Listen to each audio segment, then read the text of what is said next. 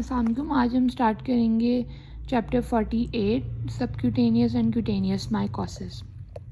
अब इसके अंदर हम क्या कहते हैं, हम कहते हैं कि अब जो है ना फंजाई, उसकी हमने देखनी है डिजीज़, वो क्या क्या डिजीज़ करवाते हैं। तो हम कहते हैं कि फंजाई जो है ना 4 टाइप की डिजीज़ करवाते हैं। Cutaneous mycosis the infection cause by fungi. तो क्यूटेनियस माइकोसिस, क्यूटेनियस क्या होता है कि superficial layer of the skin पे अगर कोई फंगल का इन्फेक्शन हो गया तो उसको क्यूटेनियस माइकोसिस। सब क्यूटेनियस जो कि अंडर द क्यूटेनियस लेयर, जो कि एपिडर्मिस के अंदर जो एपिडर्मिस लेयर पे अगर कोई फंगल इन्फेक्शन है तो सबक्यूटेनियस माइकोसिस। इसी तरह सिस्टमिक माइकोसिस क्या होता है, अगर कोई fungal infection organs, internal organs को इफेक्ट करे तो सिस्टमिक माइकोसिस। और इस तरह ऑपर्चुनिस्टिक माइकोसिस वो क्या होते हैं कि जो इम्यूनो कॉम्प्रोमाइज पेशेंट्स होते हैं ना, जिसके अंदर पहले इम्यूनिटी वगैरह कम होती है, तो उसमें भी फंगल इन्फेक्शन जो है वो इंटरनल ऑर्गन्स वगैरह को इफेक्ट करते हैं, तो वो ऑपर्चुनिस्टिक माइकोसिस करवाते हैं।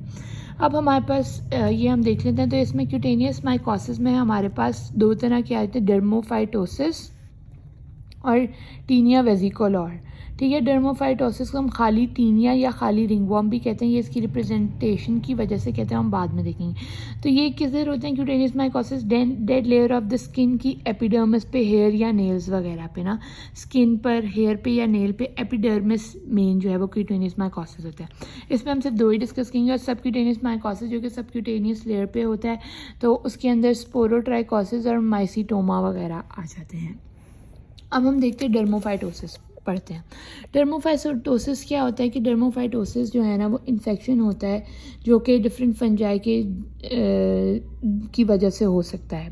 तो डर्मोफाइटोसिस जो होता है वो हम कहते हैं डिफरेंट फंजाई जो कि डर्मोफाइट्स है ना उनकी वजह से होता है। अब डर्मोफाइट्स के आगे हम कहते हैं कि 3 जेनेरा हैं जिसको हम ट्राइकोफाइटॉन, एपिडर्मोफाइटॉन और माइक्रोस्पोरम कहते हैं। ठीक है, अब हम कहते हैं कि ये जो डर्मोफाइट्स हैं ना, ये स्किन, हेयर और नेल्स के सुपरफिशियल केरेटिनाइज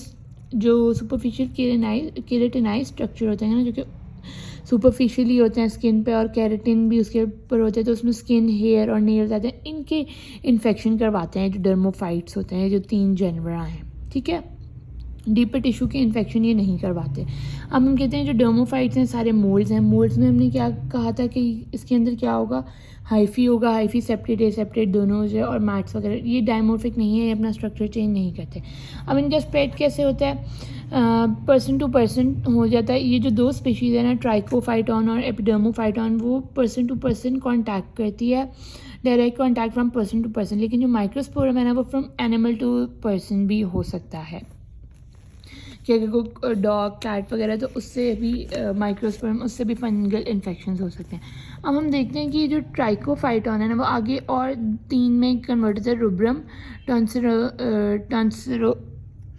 टॉन्सरम, ठीक है, रूब्रम, और इसके अंदर एक और होता है जिसमें शॉन लेनी होता है। ठीक है, और इसके अलावा माइक्रोस्पोरम में जिप्सम और कॉर्निस होता है, तो इसमें इतना खास नहीं। अब हम देखते हैं डर्मोफाइट्स को हम क्या कहते हैं, टीनिया या फिर रिंगवॉर्म भी इन्फेक्शन कहते हैं।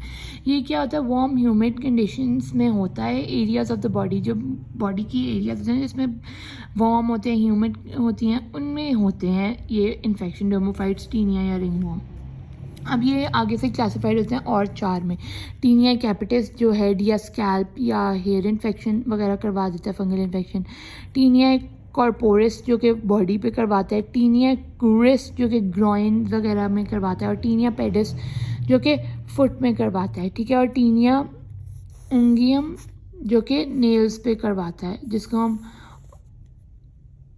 ऑन्कोमाइकोसिस भी कहते हैं, जिसको डिजीजेज ऑफ द नेल्स होते हैं। नेल्स थिकेंड हो जाते हैं, टूट जाते हैं और डिस्कलरेशन वगैरह हो जाती है टीनिया अंगियम में। ठीक है, तो ये हमारे पास वो 3 जेनेरा से ये हमारे पास 5 डिजीजेस कॉज हैं, मतलब कि हेड पे भी हो सकते हैं, बॉडी पे भी, ग्राइन पे भी, फुट पे भी, नेल्स वगैरह पे भी इन्फेक्शन कॉज हो सकते हैं। ठीक है, अब हम कहते हैं ट्रिप्टोफैन की जो ट्राइकोफाइटॉन की जो 2 स्पीशीज़ हैं ना, रूब्रम जो कि उसकी स्पीशी है रूब्रम, रूब्रम वाली स्पीशी, और जो उसकी दूसरी स्पीशी है, पहली 2 स्पीशीज़ जो हैं टॉन्सरोसम, वो क्या करवाती है, टीनिया कैपिटिस करवाते हैं चिल्ड्रंस में। ठीक है ना, टीनिया कैपिटिस क्या होता है, वो इन्फेक्शन ऑफ द स्कल वगैरह के अंदर होता है। और फिर एंडोथ्रिक्स जो होता है ना कि inside the hair, shaft of the hair के अंदर जो है ना, हेयर के अंदर जो इन्फेक्शन किया जाता है उसको हम एंडोथ्रिक्स कहते हैं। ठीक है, अब जो है ना टीनिया शोलेनी ये फेवस करवाता है, और ट्राइकोफाइटन यानी फेवस कराता है। फेवस क्या होता है कि क्रस्ट फॉर्म हो जाती हैं इन ऑन द स्कैल्प, जबकि जो कुछ ट्राइकोफाइटन स्पीशीज जो है ना वो कीरियन भी करवाती हैं। कीरियन क्या होता है कि इन्फ्लेमेटरी पेस्ट्यूल्स प्रेजेंट होते हैं, पेस्ट्यूलर लेजन्स प्रेजेंट होती हैं स्कैल्प के ऊपर। इसमें फेवस में क्या होता है, क्रस्ट प्रेजेंट होती है स्कैल्प के ऊपर, जबकि कीरियन में जो होता है वो पेस्ट्यूलर लेजन्स प्रेजेंट होती हैं स्कैल्प के ऊपर। अब आईडी रिएक्शन क्या होता है, आईडी रिएक्शन होता है इसमें ना वेजिकल्स बन जाते हैं फिंगर्स के ऊपर, फिंगर्स है ना उनके ऊपर वेजिकल्स बन जाते हैं। वो किस तरह वेजिकल्स बन जाते हैं कि जब फंगस इन्फेक्शन होता है तो फंगस हमारी बॉडी के अंदर फंगस की जो एंटीजेंस है ना वो सर्कुलेट कर रही होती हैं, तो वो फिंगर्स के ऊपर मोस्टली ना वेजिकल्स बनाती है, जिसको हम आईडी रिएक्शन कहते हैं।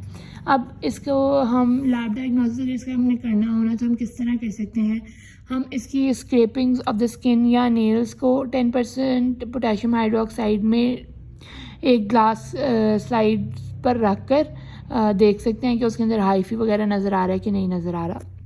अब स्क्रैपिंग ऑफ द स्किन और नेल्स कैसे देखते हैं, इन्फेक्टेड नेल जो होता है जिससे भी इन्फेक्शन वगैरह होता है उसको तोड़कर एक कलर्ड पेपर वगैरह में डाल के, या स्क्रैपिंग्स मतलब अब स्किन को खुरेच कर उस ऊपर से उसकी जो भी जहाँ पर भी इन्फेक्शन होगा उसको खुरेच कर किसी कलर्ड पेपर में डाल के दे सकते हैं।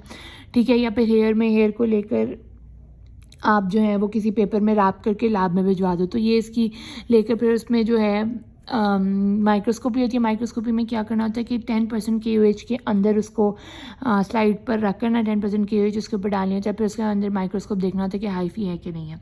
फिर कल्चर जो होता है ये सेबॉइड्स एगर के ऊपर कल्चर किया जा सकता है, उसके अंदर टिपिकल हाइफी वगैरह प्रेजेंट हो सकते हैं।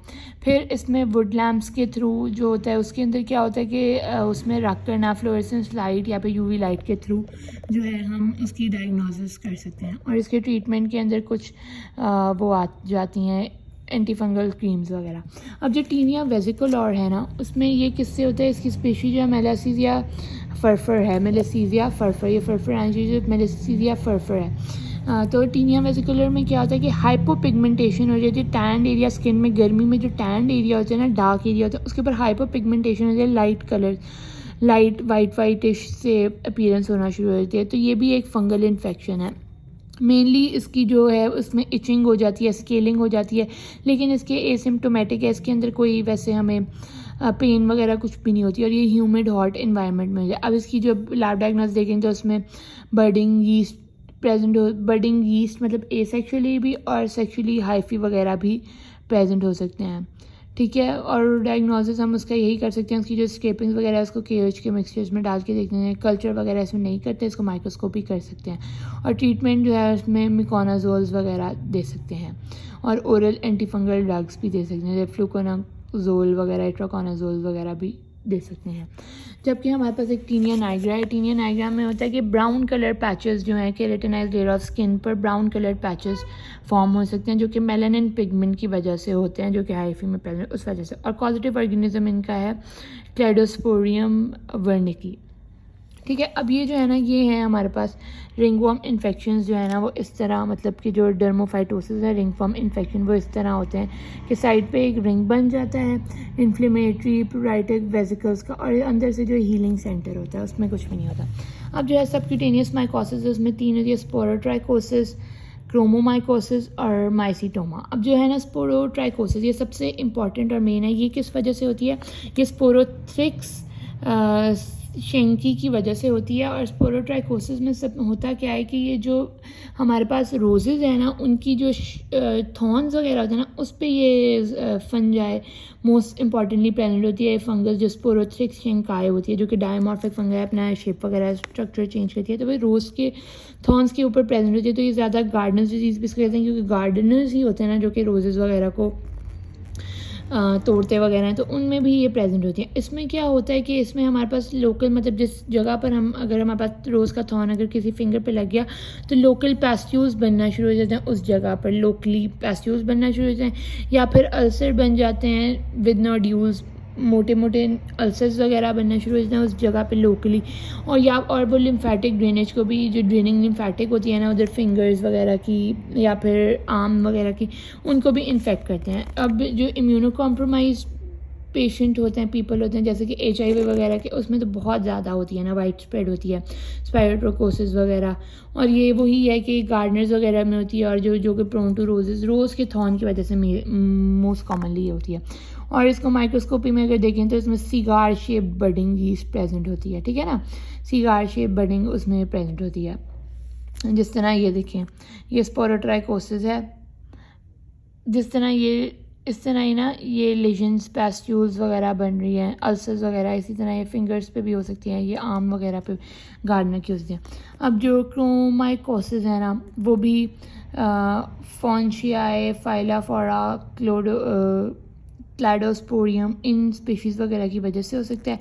इसमें भी ग्रैनुलोमेटस इन्फेक्शन होता है, स्किन सॉइल में फंगस की वजह से ना इसमें ग्रैनुलोमेटस इन्फेक्शन वगैरह हो सकते हैं, और इनको हम डिमेटिशियस फंजाई भी कह सकते हैं। इसमें भी कॉर्निडिया या फिर हाइफी डार्क कलर वगैरह की प्रेजेंट हो सकती है। और माइसीटोमा जो है वो भी मेड्यूरेला वगैरह की वजह से हो सकता है। वो फीट, हैंड, बैक पे एप्सिस वगैरह या पस डिस्चार्ज थ्रू साइनसेस, मतलब पस वगैरह डिस्चार्ज होती है हैंड पे, फीट पर, इस तरह के इन्फेक्शन वगैरह होते हैं। तो ये हमारे पास क्यूटेनियस और सबक्यूटेनियस माइकोसिस था। क्यूटेनियस माइकोसिस ज़्यादातर हमारे पास स्किन के ऊपर, हेयर के ऊपर, नेल्स के ऊपर प्रेजेंट होती है, जबकि जो सबक्यूटेनियस माइकोसिस है वो भी इसी तरह स्पोरोटाइकोसिस जैसे फिंगर्स के ऊपर आपके पैस्ट्यूल्स और वेसिकल्स वगैरह बन गई, ये अंदर से ना पस वगैरह इसमें मेनली होती है। क्रोमोमाइकोसिस भी जो है वो सॉइल फंजाई की वजह से होता है। माइसीटोमा जो है उसमें भी एप्सिस वगैरह स्किन के ऊपर, हैंड, बैक के ऊपर एप्सिस वगैरह होती है और उसमें से पस निकलती है। तो ये थे हमारे पास क्यूटेनियस और सबक्यूटेनियस माइकोसिस के इन्फेक्शन। That's all.